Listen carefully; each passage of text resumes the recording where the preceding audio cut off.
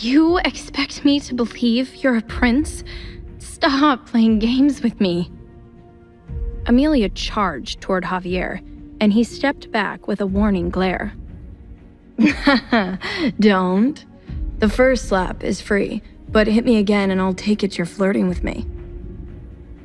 No man or woman had ever dared to lay a hand on the prince. Day and night, he was surrounded by people-pleasers eager to win his favor. So when Amelia slapped him, he felt both shock and fascination. Get over yourself and tell me who you really are. Javier sat down, feigning boredom. You have a phone. Google it, if you don't believe me. She wondered if this could be some sort of trick, then took out her phone and searched for the current Prince of Spain. Sure enough, there was his face in dozens of online entries. Javier Calderon, Prince of Spain. Staring at the screen, her head began to spin in disbelief. But how? A prince? His lips curled up into a sly smile. If you bow down, I might consider pardoning you for striking royalty. Amelia shot him a look of disdain. I'd sooner slap you again. She tried to make sense of this new information. If you're Spanish royalty, why are you in America? Exiled for being too smug? The prince narrowed his eyes. Apparently, she was a smartass too. I'm staying in town to lead a defense project with some U.S. collaborators and serve as a Spanish ambassador.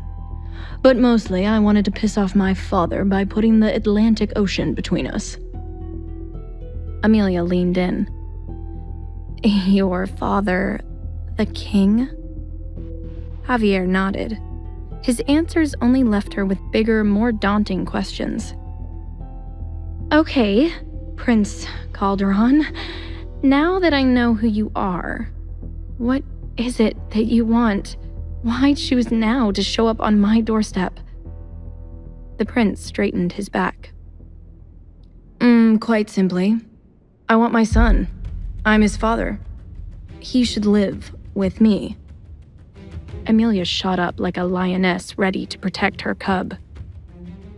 You have no right to claim him. How selfish can you be to toss your child aside like trash and waltz in years later to wreck his life all over again? The prince stepped closer, his tone grave.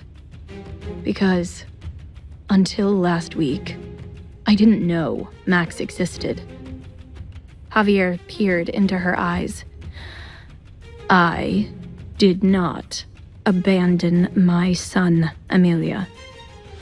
I understand that you are hurt and angry, but it wasn't me who wronged you. You and I are both victims of a conspiracy to keep me in the dark about Max. Amelia tried to decipher Javier's face. Was this some story he invented to dodge culpability? What are you claiming doesn't make sense?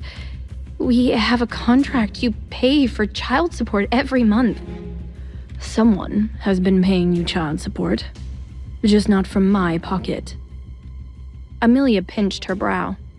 But I met with your lawyer. A sardonic chuckle escaped Javier's mouth. Apparently, Cortez's loyalties don't lie with me. He was following another master's orders.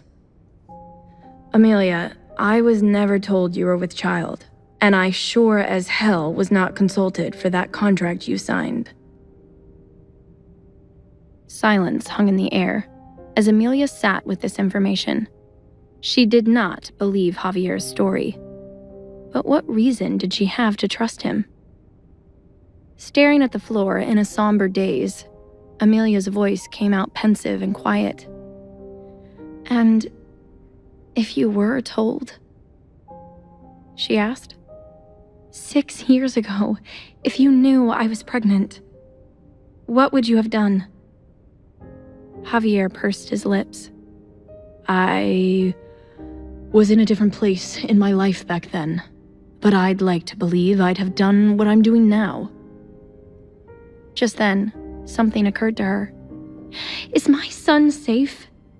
This conspiracy, who would go to all this trouble? It doesn't matter. It's over. And don't worry, Max is safe. Javier didn't feel comfortable sharing the identity of the puppeteer, but he knew exactly who it was and made sure to confront the guilty party.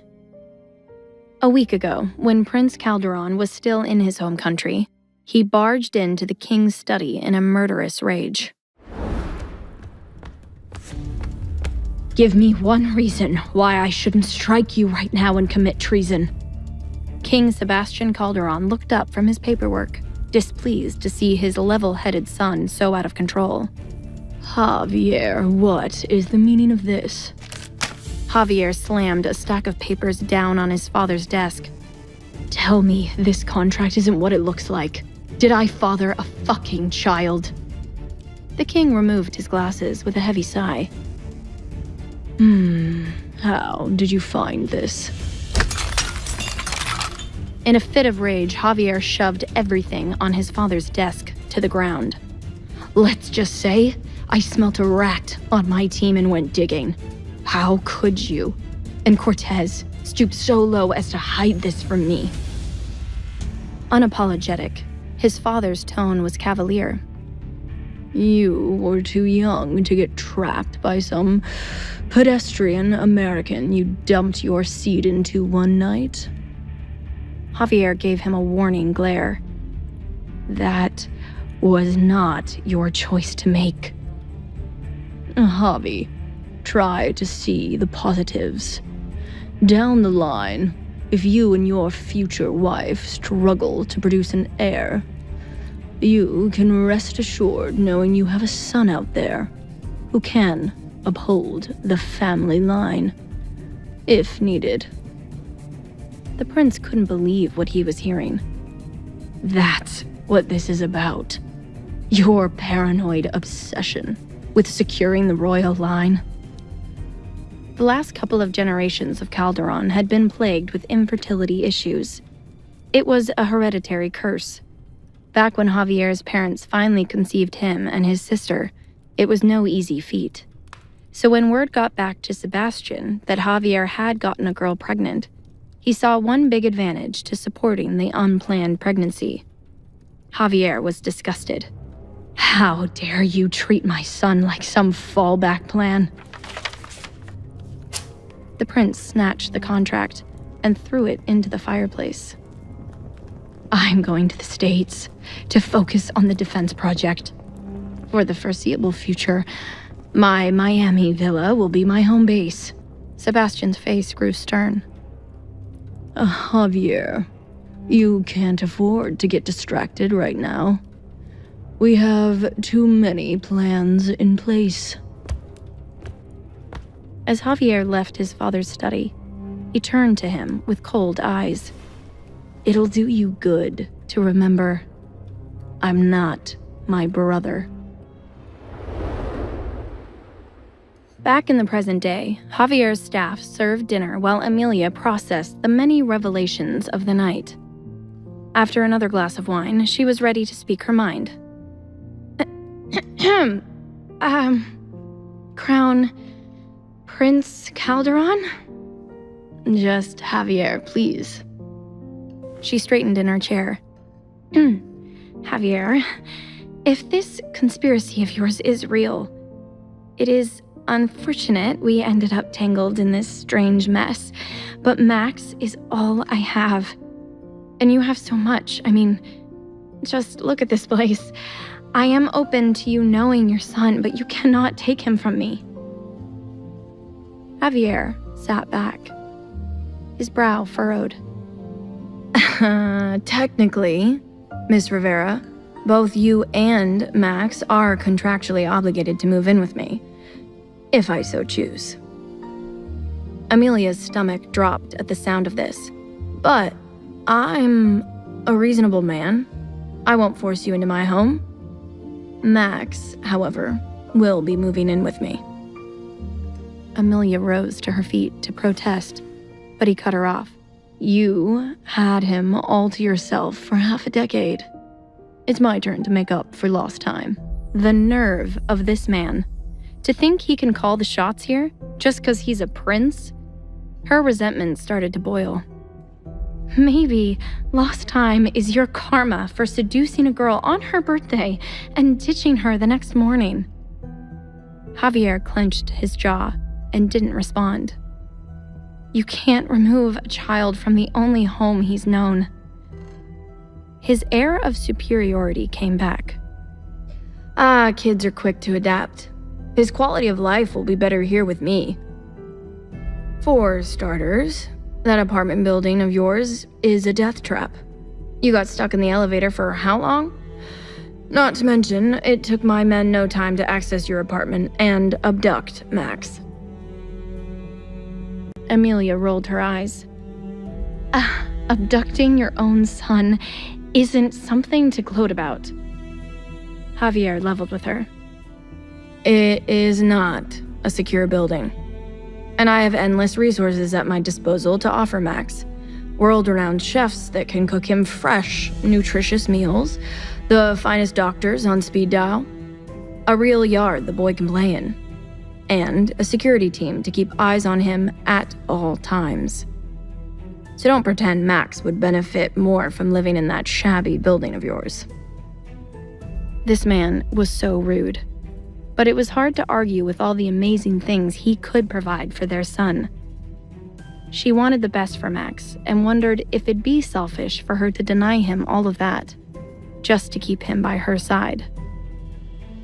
But at the end of the day, she wasn't comfortable in trusting Max in his care.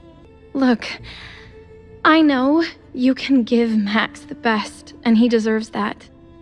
I just can't, in good conscience, send my son to live with a stranger without my supervision. A teasing smirk crossed his face. Stranger. I'd argue that you and I know each other rather intimately. This prince had no shame in bringing up their sordid past at a time like this. Noticing her blush despite herself, he grinned. But I agree with your idea. Let's do that. She knew something was off when he agreed with her. Wait, what idea? Javier sat back and crossed his legs. You said you'll only let Max live here if you move in with him to supervise. So fine. I'll open my doors to you. I prefer my son to grow up in a two-parent household anyway. That certainly was not what she meant. You're twisting my words around. He smiled like the devil himself. Didn't you say that Max deserves all the best that I can offer? Then what's the problem, Amelia? The problem was that this prince was a sneaky bully. He had used her words against her, and the worst part was, he was right. The only way to give their son the best of both worlds would be to let him live in Javier's villa under her supervision. But was she really going to live with this man? Before she'd agreed to this twisted compromise, she needed to set some ground rules. His Royal Highness estate is significantly far from my internship, so if I am to make my stay here work, I will need access to one of your chauffeurs. A glint appeared in Javier's eyes. Ah, are we setting terms? How thrilling. Sure, you can use the cars. Amelia tightened her gaze on him. And I want you to stop stalking me. He tightened his eyes right back. Who said I was stalking you? The gall he had to deny it. Your Highness, you know where I live, my dress size, my shoe size. Javier groaned. In my industry, that's not stalking. It's called gathering intel. But fine, I wouldn't want my son's mother to be uncomfortable. On that note, Amelia thought of one last item. And I'd like my room to be in a private wing, preferably whichever bedroom is the farthest from yours. Javier cocked his head. This woman really was something else. He had models, heiresses, and literal princesses vying for his attention. Yet Amelia acted bothered to share the same heir as him. You know that contract you signed legally requires you to share my bed with me. As part of my negotiations, I think that's one line item I'd like to enforce. To know more, listen to the audio series Heir in Hiding, only on the Pocket FM app.